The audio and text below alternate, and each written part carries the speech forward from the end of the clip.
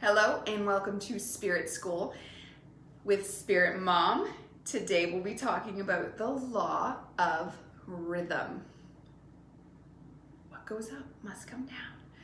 We've touched on 2 of the 7 laws of the universe. We've looked at the law of vibration. Everything has a vibration. We've looked at the principle of mentalism. The all is mind. The thoughts you have make up the vibration and the world around you. Literally everything. Your mind makes your world. Today we will look at the law of rhythm. We see this clearly in music. A musician would understand how to utilize this law to make good music, whether they consciously understand this or not. Did you know that you can look at the entire universe and see it as a dance and a song, as a symphony? Why? Because it has rhythm. What goes up must come down. All the great composers followed this. Have you heard of a growing disease called bipolar? Perhaps you have been diagnosed with this.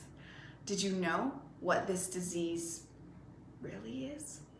You are sensitive to the waves of the universe, and waves there are in abundance lately, like rolling, rapid, scary waves.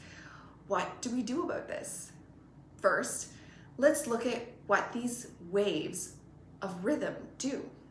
Have you ever gone to a party and had a really good time? You were on the up of the wave. Whether you were on drugs or alcohol or not, you could still be having that great hot time and be really, really, really up high. I bet by the end of the night though, or the next day, heavy negative feelings sunk in. I'm sure it was blamed on the hangover or a fight that inevitably broke out. Did you know that the real culprit is the law of rhythm? Did you ever find yourself manically inspired or happy, hyper even, like, oh my God, only to be later followed up by a deep, lasting bout of depression? Maybe someone put a pin in your bubble and burst it and said something bad to you, and now I'm so sad, I can't handle it. How was I just so happy and now I'm so sad? The law of rhythm. From the waves of the ocean to the waves of our moods, the law of rhythm is at play. What do we do about this? How do we conquer it? How do we rise above? Do we fight the waves in the ocean? No. We either go with the flow or get out of the water. The same needs to be done with our moods. In a previous lesson, we discussed how you should deep breathe to calm down even when you're too happy. The law of rhythm is why. If we don't keep stock of our moods, whether high or low, then they will run the show, not us. A true master of the universe can recognize a rising tide and either hold strong or get out of the way. Going back to our deep breathing is how one would stay strong in a plummeting mood or in a situation.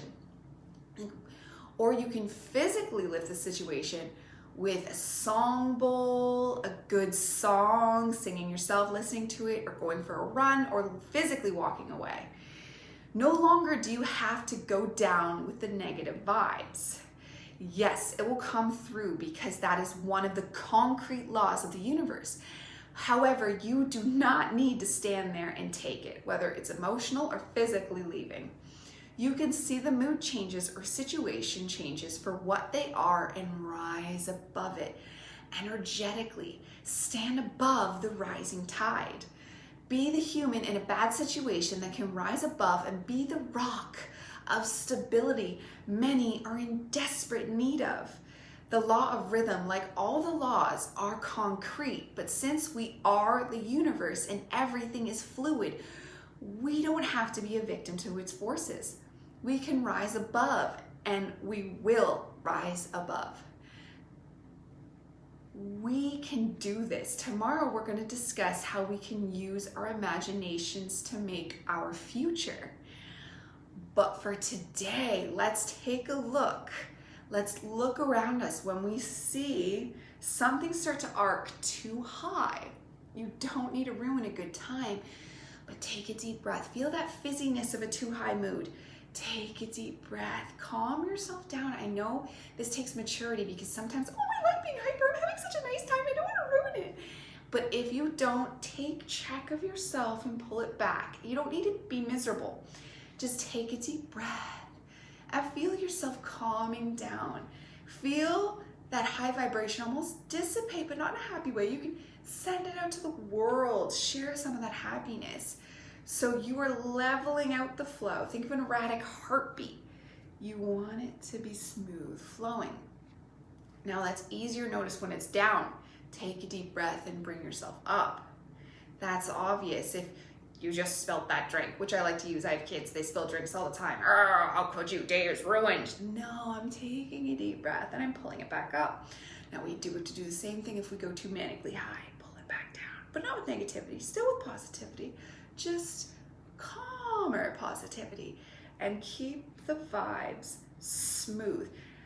Now for a while I used to tell myself that I enjoyed manic high, I'll just take the manic low. I almost think that's a shadow self-sabotage and almost like a laziness and an immaturity to just, I'll deal with it later, right? Like every procrastinator, like we already talked about cleaning the house, I'll deal with it later. No, don't deal with it later.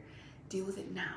You can't help the world. You can't move forward in life. You can't rise up the vibrations of the universe if you're dealing with it later.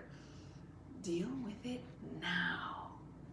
Be in the now. We talked about that maybe yesterday.